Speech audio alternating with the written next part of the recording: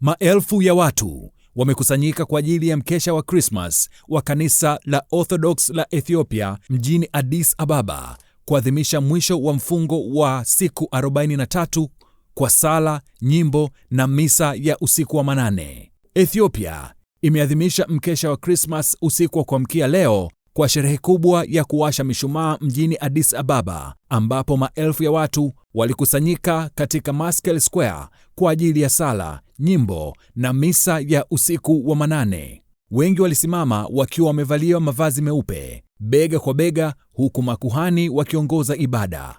Sherehe hiyo ilifuatiwa na mkesha wa usiku kucha na kuhitimisha mfungo wa siku 43 unaozingatiwa na kanisa la Orthodox la Tawahido la Ethiopia.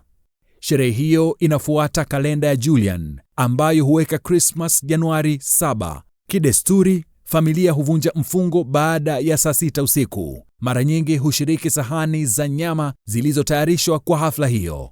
Hali ya utulivu katika mji mkuu ilikuwa tofauti kidogo kutokana na ukosefu wa usalama unaoendelea katika sehemu za nchi, haswa ukoo Amhara na Oromia. Licha ya hayo, mkusanyiko wa Addis Ababa ulionyesha hamu kubwa ya hali ya kawaida na mwendelezo wa kiroho.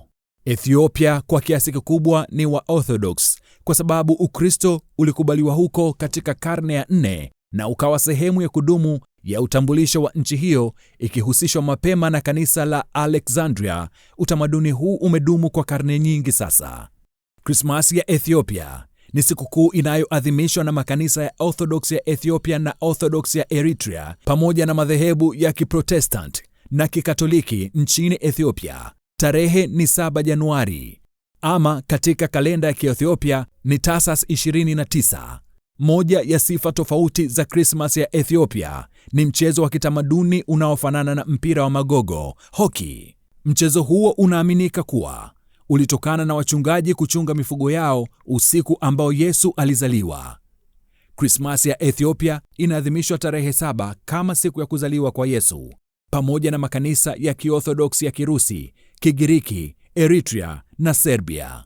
Wakristo wa Kiorthodox wa Ethiopia wanapofunga siku 43, kipindi kinachojulikana kama Tzome Nebiat au mfungo wa manabii. Kufunga pia ni pamoja na kujiepusha na bidhaa zote za wanyama na vitu vinavyoathiri akili, ikiwa ni pamoja na nyama, pombe, madawa, bidhaa za maziwa na mayai. Kuanzia tarehe 25 Novemba, mfungo unaoaminika kuwa kuusafisha mwili wa dhambi, walipokuwa wakingoja kuzaliwa kwa Yesu siku ya Christmas. Vazi jebamba la pamba nyeupe linaloitwa netela huvaliwa. Siku ya mkesha wa Christmas, Wakristo wa Ethiopia huhudhuria ibada ya usiku kucha, kwa kawaida kuanza saa 12 jioni na kumalizika saa 3 asubuhi. Watu hujipanga kuzunguka kanisa na kuanza msafara mrefu unaozunguka mzunguko wa kanisa. Sherehe ni tukio la jumuiya na kujitolea kwa imani, na likizo hii huvutia mahujaji katika makanisa ya Lalibela Jena. Mchezo wa kitamaduni wa Jena au Karsa ni mchezo wa jadi wa magogo maarufu katika nyanda za juu za Ethiopia, unaochezwa katika nafasi kati ya vijiji, uwanja wa takribani yadi 100 lakini usio na mipaka iliyobainishwa. Huchezwa kati ya timu mbili zinazojaribu kuruhusu mpira wa mbao hewani na kupiga kwa vijiti, lengo likiwa ni kuzuia timu pinzani kuleta mpira kwenye kijiji chao au kufunga kwenye goli lao. Mchezo huu unahusishwa kwa karibu na Jena, sherehe ya Januari 7 ya Christmas, ambapo ilipata jina lake pamoja na mchezo mwingine kama raga.